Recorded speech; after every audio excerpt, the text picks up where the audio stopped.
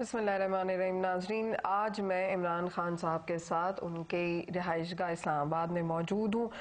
تحریک انصاف کا ایک بہت بڑا جلسہ ہوا، اس کے اندر بہت پبلک جمع ہوئی، تقریباً ہر ریس سے وہاں پر لوگ موجود تھے، بہت زیادہ پروفیشنل، طالب علم، ڈاکٹرز، انجینئرز، کافی یوتھ جس کا تذکرہ تحریک انصاف میں رہتا ہے وہ وہاں پر موجود تھے. بہت بڑی کامیابی تھی. اس کے بعد خان صاحب اچانک چائنا چلے گئے اور اس کے بعد آج ان سے ملاقات ہو رہی ہے. سو ان سے ون آن ون کچھ گفتگو کرتے ہیں، کچھ سوالات اٹھاتے ہیں. کافی زیادہ تبصرے ہوتے رہے ہیں، کافی باتیں ہوتی رہی ہیں. ان کا جلسہ کس حد تک کامیاب ہوا، باقی مخالف پارٹیاں کیا ری ایکشن دے رہی ہیں، اس پر بات چیت ہوتی رہی ہے. لیکن آج خان صاحب چونکہ ہمارے ساتھ خود ہی موجود ہیں، میں آپ کو خوش آمدید کہوں گی خان صاحب اپنے شو پر. سب سے پہلا سوال یہاں پر یہ کرتے ہیں کہ آج بھی یہ ایک پبلک کے اندر تاثر ہے کہ آپ کا جلسہ بہت کامیاب ہوا ہے، لیکن کیا عمران خان 51% سیٹیں پارلیمنٹ میں حاصل کر لیں گے؟ دیکھیں صفیہ، پہلے آپ آج سے چند مہینے پہلے چلے جائیں تو کوئی کہتا تھا تحریک انصاف کی چانس کوئی نہیں. کوئی کہتا تھا کہ جو پاکستان کا موجودہ سسٹم ہے اس میں کوئی تیسری پارٹی آ ہی نہیں سکتی، اور ریس تھی، 2 پارٹی ریس تھی، اور اس میں سب باقی کولیشن میں تو ساتھ آ سکتے ہیں لیکن اکیلا ان کو کوئی چیلنج نہیں کر سکتا. یہ بلکہ جلسے سے پہلے ہی لوگ یہ کہہ رہے تھے. لیکن ہماری جب پولز کے اندر ایک دم ریٹنگ اوپر آئی کوئی 5-6 مہینے پہلے تو ایک دم شوق ملا. انہوں نے کہا ہاں ریٹنگز تو اوپر آگے لیکن پارٹی کچھ نہیں کر خان صاحب ماضی میں بھی ریٹنگز آپ کی ہمیشہ ہائی رہی ہیں. یور اے نیشنل ہیرو، لوگ ہمیشہ آپ کو عمران خان کرکٹ اور وہ اس پوائنٹ آف ویو سے دیکھ رہے ہیں. اگر ہم 97 یا 96 کی بات بھی کریں، جب بھی آپ کے پولز ہائے تھے، آپ ہیرو جب بھی تھے.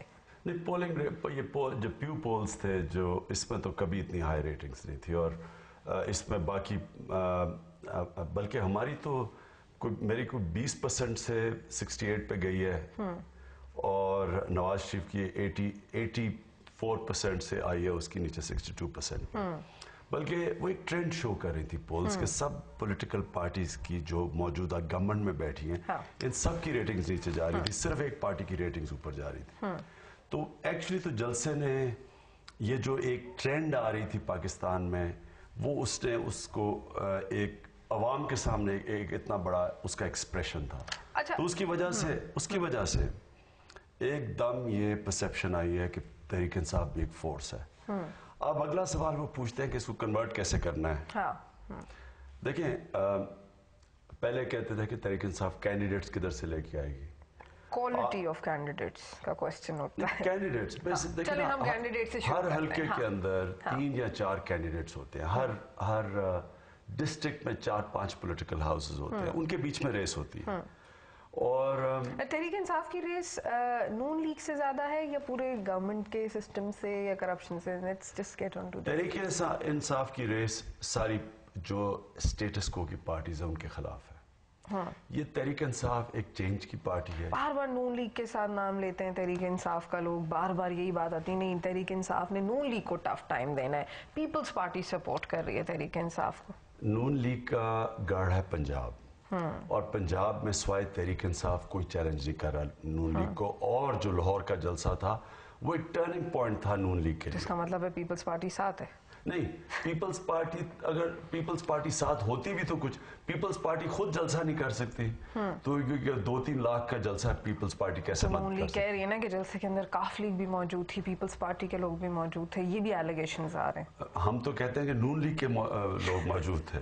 تو یہ تو مطلب بہت زبردست نہیں، لیکن وہ موجود تھے کہ چھوڑ کے آ رہے تھے، ان کی پارٹیز چھوڑ کے آ رہے ہیں. دیکھیں چینج آ رہا ہے پاکستان میں، یہ پارٹیز کو سمجھ ہی نہیں آ رہی ہو کیا رہا ہے. یہ جو جلسہ تھا اس نے سب کو یہ شوق میں ابھی تک ان کو پتہ نہیں کیا ہو گیا. میں اگر آپ نے شاید دیکھا ہو یا نہیں، میں 1 سال سے پولیٹیکل پروگرامز میں ایک ہی بات کر رہا ہوں کہ تحریک انصاف الیکشن جیتے گی نہیں، سویپ کرے گی.